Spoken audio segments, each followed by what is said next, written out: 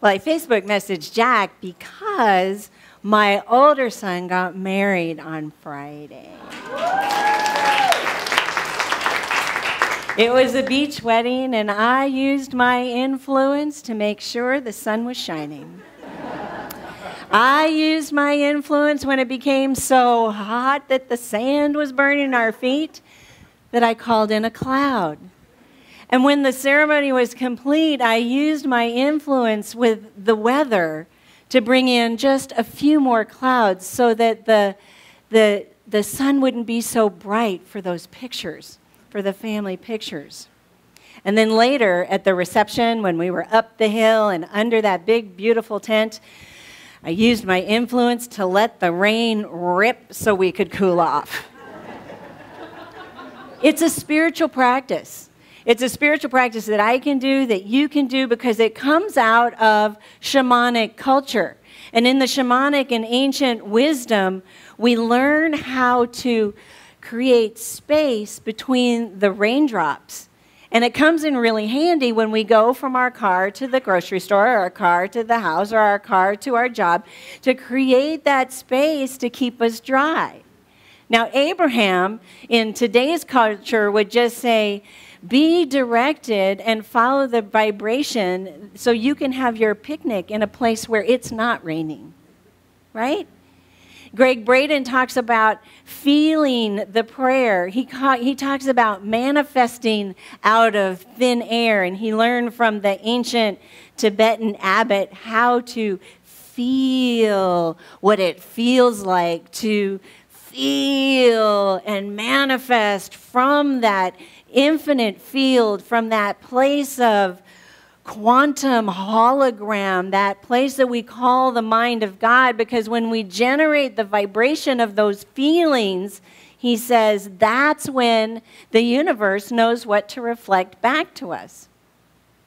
Now, Greg Braden tells this story about the American Southwest, which is a for real story. They were going through a serious drought in the 1990s in that area, and he had a friend who was a Native American, and the Native American friend says, would you like to go pray with me? I'm going to go pray. And Greg Braden's like, yes, I'm with you. So they go out into the desert, and it's hot, and they're hiking up around all these rocks, and there's sage, and you can smell it in the air, and they find this sacred circle of rocks, and his friend takes off his shoes. He steps into the circle. He honors his ancestors. He honors the 4 directions. And then he goes like this, and he turns away from Greg Braden just for a few seconds, and then he turns back, and he said, would you like to go get something to eat? I'm hungry. And Greg Braden's like, wait a minute. No. We came here to pray for rain. And the friend said, no, I never pray for rain. I never pray for anything. Because when you pray for something, you're acknowledging that it's outside of yourself, that it doesn't exist. So Greg said, well, what'd you do? He said, I spent just a few minutes feeling the rain on my face, feeling and smelling the rain as it goes down the earthen walls in my Pueblo village, and I felt the mud between my toes. He said, in fact, there is so much mud because there's so much rain. Now, there wasn't a cloud in the sky. Let's go get something to eat. So off they went, and later that day, sure enough, the clouds rolled in, the rain came down in torrential, and there was so much mud. I love stories like this because they illustrate not only our oneness with God, our oneness with each other, but our oneness with all of life and all of the planet. If we want to tap into moisture, then we feel that moisture and we open ourselves up to the possibility of rain.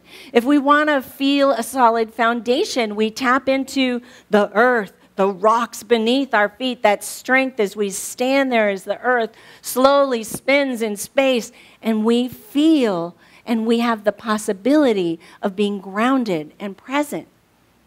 If we want to feel the cool ocean breeze, All we have to do is pay attention because it's blowing right now, and we're opening ourselves up to the possibility of relief on a hot summer day.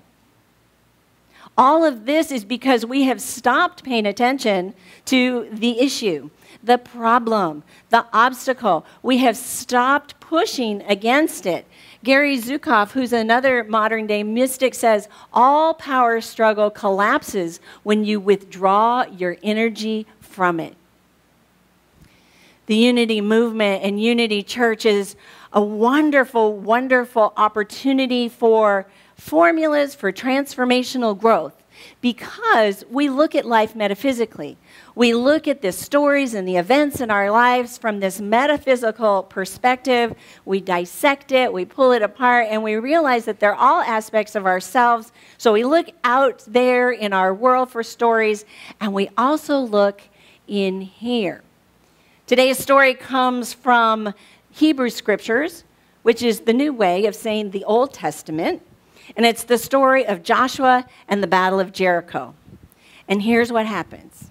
It starts when they're in Egypt. And there's a guy named Moses who goes down and he gathers the Israelites. They go out, they leave Egypt, and they wander in the desert for 40 years. You probably know that part. At the end of that 40 years, Joshua becomes a minister to Moses. And he is the head of the army.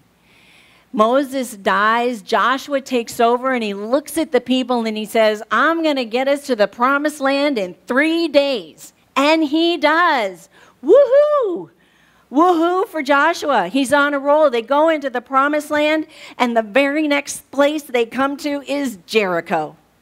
Jericho, the city with big tall walls that are thick, that are closed, that even the military mind of Joshua can't figure out how to press up against, how to use all his might and all his men to struggle and to push up against it.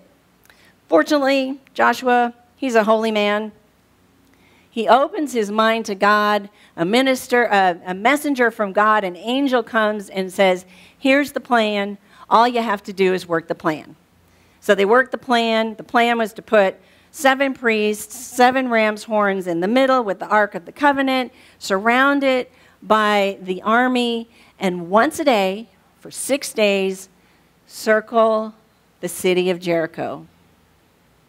On the 7th day, they circle it 7 times. And after the 7th time, Joshua says, let it rip. Shout, blow the horns and make noise. And the vibration of that noise brought down the walls of Jericho. So that's the story, and the metaphysical interpretation, because we're each and every part of the story, is that Joshua is one who has a heightened consciousness. He's open to new ideas, and he's very goal-focused. And we can be too. Jericho are the obstacles, the walls that appear in our lives that are actually an appearance of the crystallized consciousness that we're holding. Some consciousness that we have hardened in our hearts and our minds that we think we can't bring down. Just like pollution.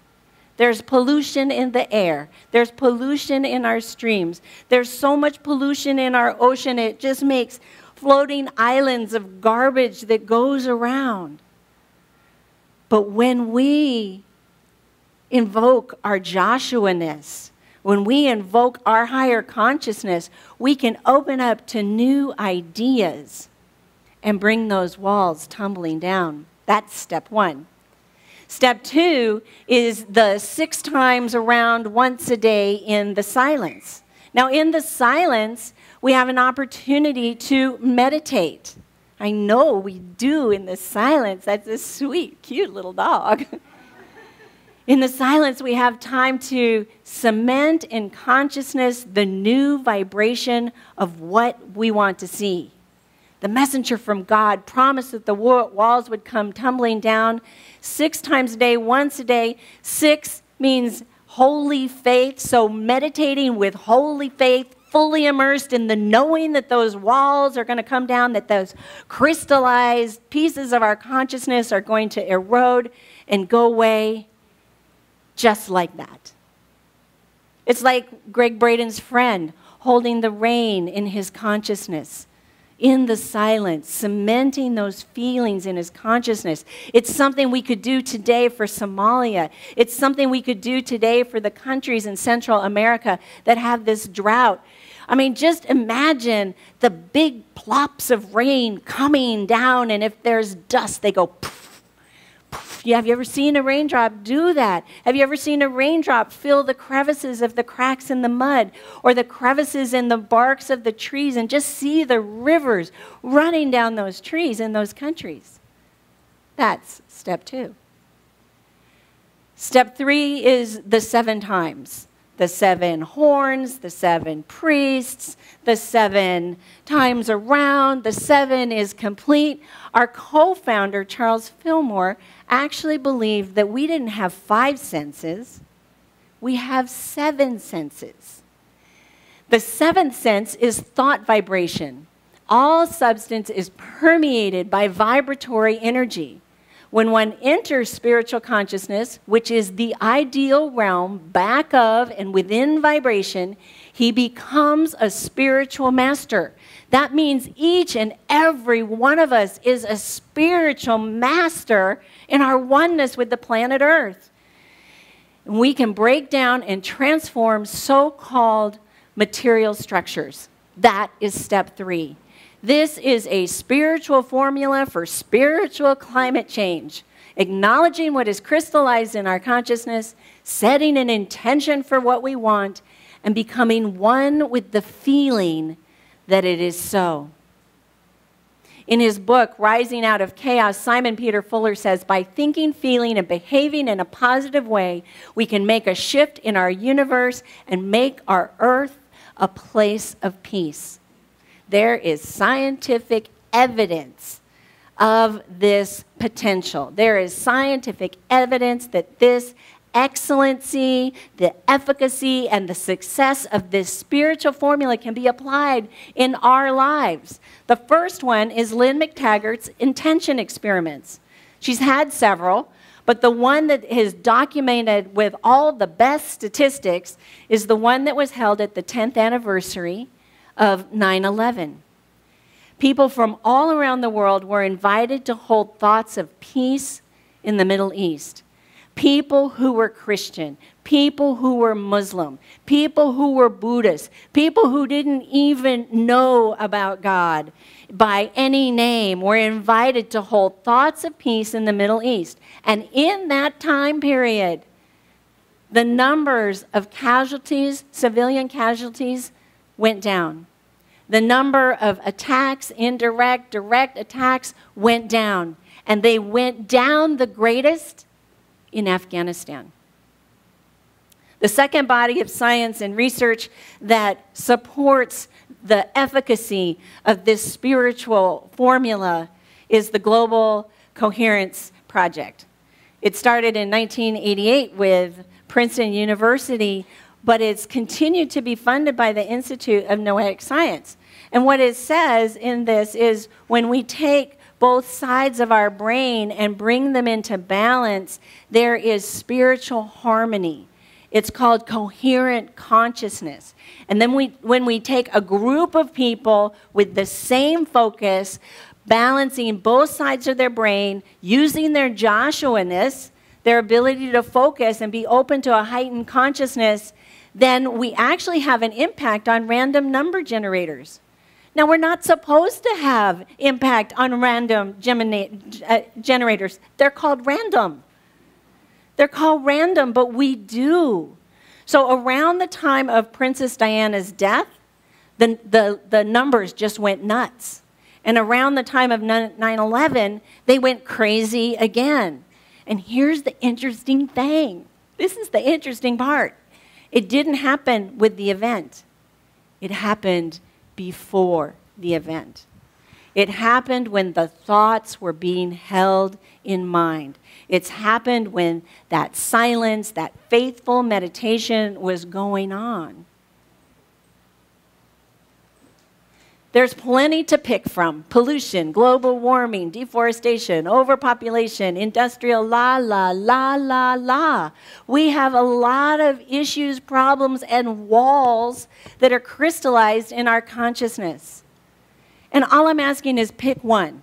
Pick anyone. If we picked global warming, we could use our intention and our imagination to just see how the ice is fingering out in larger and larger areas, returning the habitat to the polar bears, expanding for the Arctic foxes, getting bigger for the penguins and for walruses. And we can also use the power of our imagination, our oneness with God, our oneness with each other for the oneness of our planet by thinking about cold snaps. Snap, snap, snap. Those glaciers are reforming. Snap, snap, snap. Those glaciers are restructuring. And I'm telling you, I don't have any problem imagining cold snaps after 2 winters in Connecticut.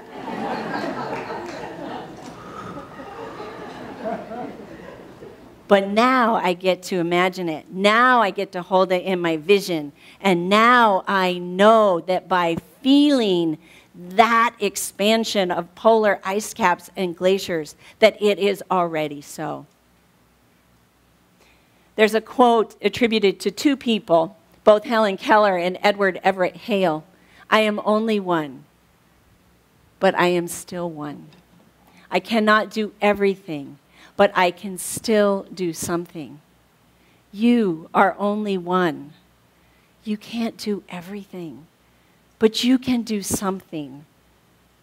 You can do something in your oneness with God, your oneness with each other, your oneness with the planet, with all of life. It begins with acknowledging what is, holding an intention of what you want to be, and becoming one with it in a feeling that is so deep, a conviction of the heart. I thank you for creating a world that's beautiful and clean and good. Namaste.